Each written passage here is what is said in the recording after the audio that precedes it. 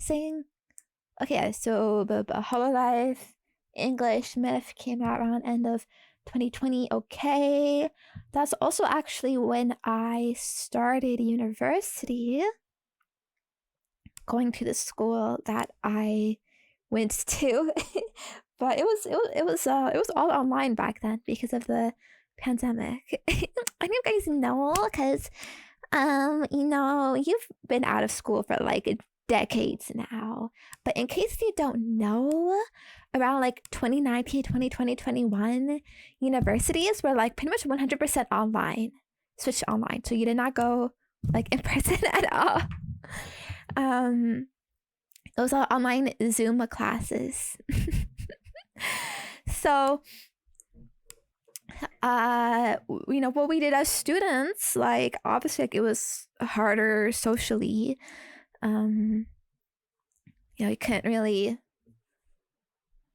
meet or talk normally. Well, so basically I wanted to make friends at the school, so I joined like my school's like a Discord server for the program that I was in. And so I made some friends there. We got like this friend group chat. Maybe this sounds irrelevant, but I'm gonna get to it, right? And so in the friend, group chat server, you talk about things that like you like, right? And so I would talk about VTubers because I was really into VTubers and Hololive. Pretty sure no one else really knew what they were before I talked about it. But actually, like Myth came out like the same time as like the school year was starting, so it was sort of like a big thing. With like all the new clips and stuff of them coming out. And so yeah, I would like share it and like talk about it, and I guess like some of them got into VTubers a bit too, maybe. I don't know. And then like a bit, I guess, later in the year, talking in the friends server, one of the friends would be like, like, yeah, hey Zenya, like you could like totally like be one, like you like sound really you sound like cute, I guess. In the server fucking voice chat, whatever, talking to your friends, calling, doing fucking group projects or whatever, and I'd be like, ha ha ha, yeah, sure, whatever, and then I actually started getting recommended videos in my YouTube of these tutorials of like how to be a VTuber, and I was like, huh, interesting. And so like I watched those, and I thought it was cool, and what they would talk about back then, it was all V-Right stuff. And right. The other thing too, I remember there were some indie VTubers coming up at the time as well. I remember most prominently was Artemis. I think Artemis of the Blue or something like that was like probably one of the most popular indies at the time. I don't know if Iron Mouse was like really as big of a thing back then, but yeah, so like going into like early 2022, there were a few indies, so that was also when I was kind of like, oh, not only can English people be VTubers, you also don't have to be in Hololive. Like you could be like some independent person and do it. I mean, not that I only knew Hololive. I think I knew Niji Sanji was a thing too, but I was pretty fucking, a bit of a VTuber normie in that sense of like, I only really watched Hololive. I sort of vaguely kind of knew about other things. But yeah, so seeing indies could be a thing, and seeing these tutorial videos, I was like, oh, okay, it's kind of a thing. But I would say back then, the VTuber sphere sort of, I don't know what to call it, methods of doing shit, it wasn't the same as it is now. It was, at least my feeling was like, as an indie, like it was pretty hard to get a live 2D. You didn't really have these commission platforms like, I don't know, VGen or whatever, where you could easily just like go up to someone, just message them, be like, hey, can you do this for me? There are definitely much less options for people, model artists and whatnot. So, like, to make it seem like some like super like exclusive thing of like, like, oh, like you gotta have connections or whatever. You gotta like be like some popular person to get one of these models, because no way would someone respond to you otherwise, or I don't know. But yeah. So that's why Vroid was really popular back then, as like a way to make a VTuber model. It's 3D and stuff, but it seemed so cool to me at the time. I was like, whoa, you can just make this, right? And so on my spring break of 2021, I was in university, and we got a week off, no school or whatever. I spent a bunch of time investigating like all this stuff, messing around in Vroid and whatnot, and then doing my first streams. And so that's when I officially started. That was 4 years ago. Yeah, so, but again, it wasn't some fancy thing. It wasn't some official, whatever. Look, I have all of these assets. I'm a brand now. I'm an IP. I'm a person. Nah. No way. It was very casual. And I only got a Twitter, I think, a year later, like 2022. My first couple years were like, again, very, very casual. I would just stream like here and there. Of course, I was somewhat consistent about it. I did have, hopes, dreams, aspirations, But all I would do was just stream fucking gacha games. But mostly Arknights. I had a bit of a Wizard 101 craze where I streamed a bunch of Wizard 101 as well. And then Genshin Impact came out in like September 2021. Played a bunch of that as well. And I'll like stream here and there. I got affiliate in June of 2021. I think I remember feeling like that was like a huge deal and like struggling to get that. Which, if you don't know, affiliate is like 3 average viewers and 50 followers. Not saying that's like super easy or anything badly, but just it's kind of crazy comparing that to to now.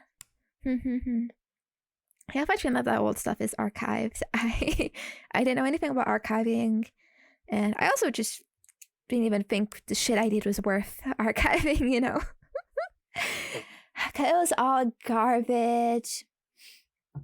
And then in 2022, like August, that's when I kind of wanted to take it more seriously. That's when I got a Twitter.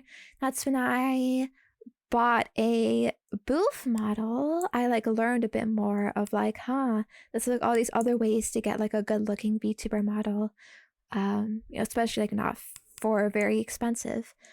So I got this like kind of cheap booth model. I like edited it a bit, and like that's what I used for some time. And then I also actually did my first live 2D commission, scouring Twitter. I don't know why I'm freaking just annotating my whole freaking life in history. That wasn't really the point here, but maybe it's interesting. Yeah, I'm sure a lot of people haven't heard these stories or whatever. I remember that summer I was working full-time. I had a full-time job as an office assistant at my university, and so like I was earning some money kind of like for the first time in my life. I really liked this hobby I was doing of streaming on the side, and so I was like, yeah, I know now some stuff. I know that you can commission things, and so I was looking into getting my first live 2D commission, because I looked up to that stuff for a long time, of course. Well, yeah, I guess I was a real office lady. Kind of, yeah. I even have my own office. Apparently it's like not that normal, but you know, the building was pretty freaking huge. They got some huge budget. They had all these like empty rooms. They're like, yeah, I can just work in here, you know. I can even like close the door. I remember freaking like playing games and like reading and shit like on the job, on the clock, like fucking messing around on Twitter, like if the door closed, nobody could tell.